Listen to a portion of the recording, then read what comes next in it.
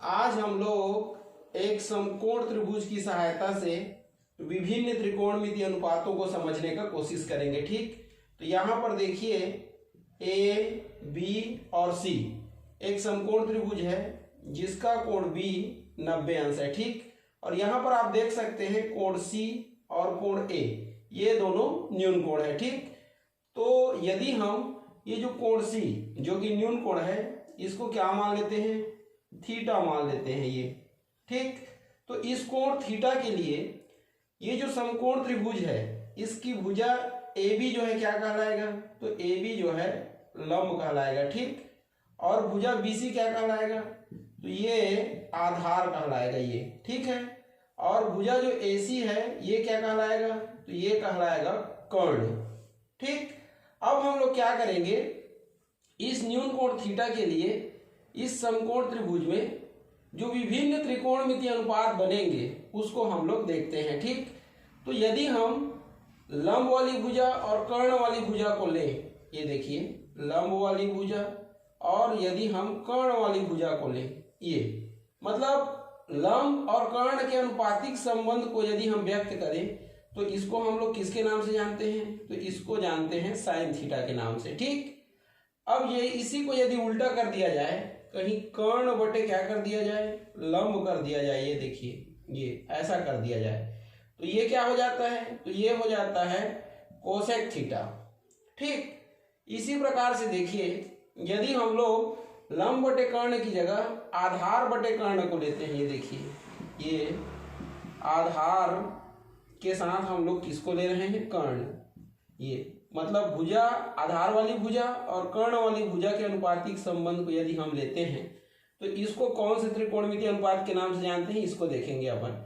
तो आधार बटे कर्ण को हम लोग कास थीटा के नाम से जानते हैं। ठीक, अगर इसका उल्टा कर दें, ये देखिए कर्ण बटे क्या कर दें, आधार कर दें ये, तो इसको हम लोग किस नाम से जानते हैं, तो इसको हम लोग जानते हैं सेक थीटा के नाम से। ठीक है, अब देखिए यदि हम पहले किसको लिए, लंब बटे कर्ण को, फिर आधार बटे कर्ण को लिए।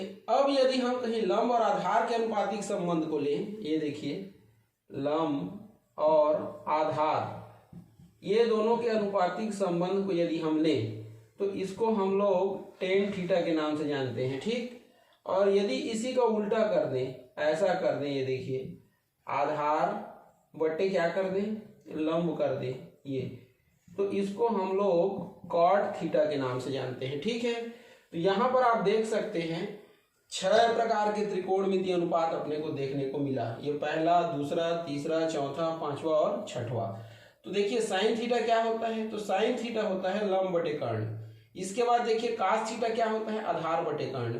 टेन थीटा क्या होता है, लंब बटे आधार। कोसेक थीटा क्या होता है, कर्ण बटे लंब। सेक थीटा क्या होता है, कर्ण बटे आधार। और कॉट थीटा क्या होता है, आधार बटे लंब। तो इस प्रकार से हम लोग एक समकोण त्रिभुज से ये 6 प्रकार की जो त्रिकोणमितीय अनुपात है ना, उसका मान ज्ञात कर सकते हैं या लिख सकते हैं हम लोग 6 त्रिकोणमितीय अनुपात को। ठीक,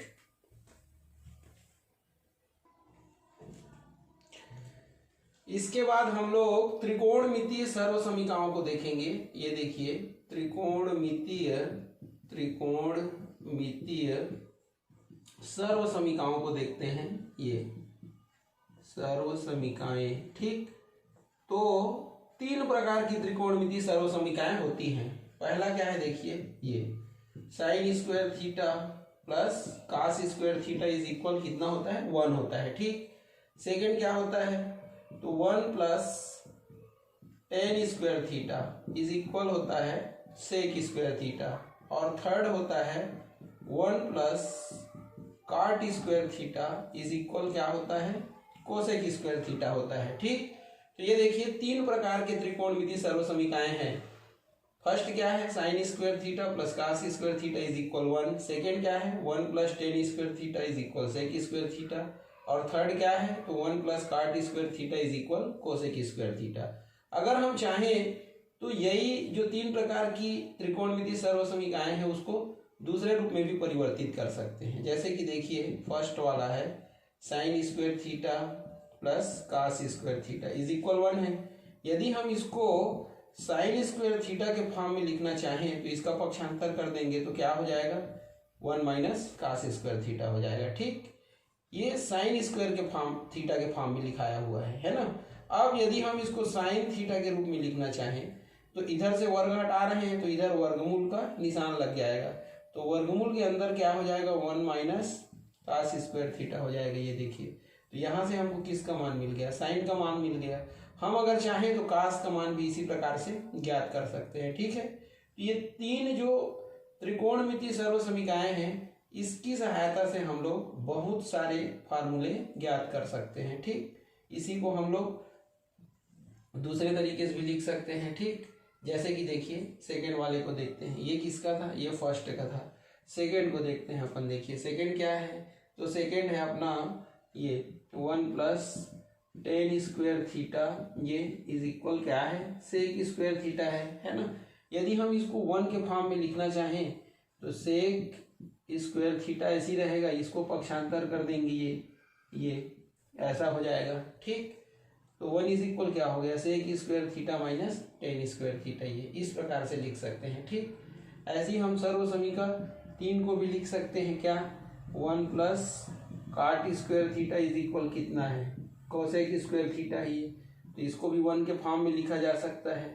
तो क्या हो जाएगा, कोसेक स्क्वायर थीटा, ये इधर आएगा तो माइनस काट स्क्वायर थीटा हो जाएगा ये। ठीक, तो यहाँ से बहुत सारे फार्मूले बनाए जा सकते हैं। ठीक, तो मुख्य रूप से आपके ये जो 3 त्रिकोणमितीय सर्वसमीकाएं हैं यही मुख्य हैं। ठीक, इसकी सहायता से हम बहुत सारे फार्मूले बना सकते हैं। ठीक है।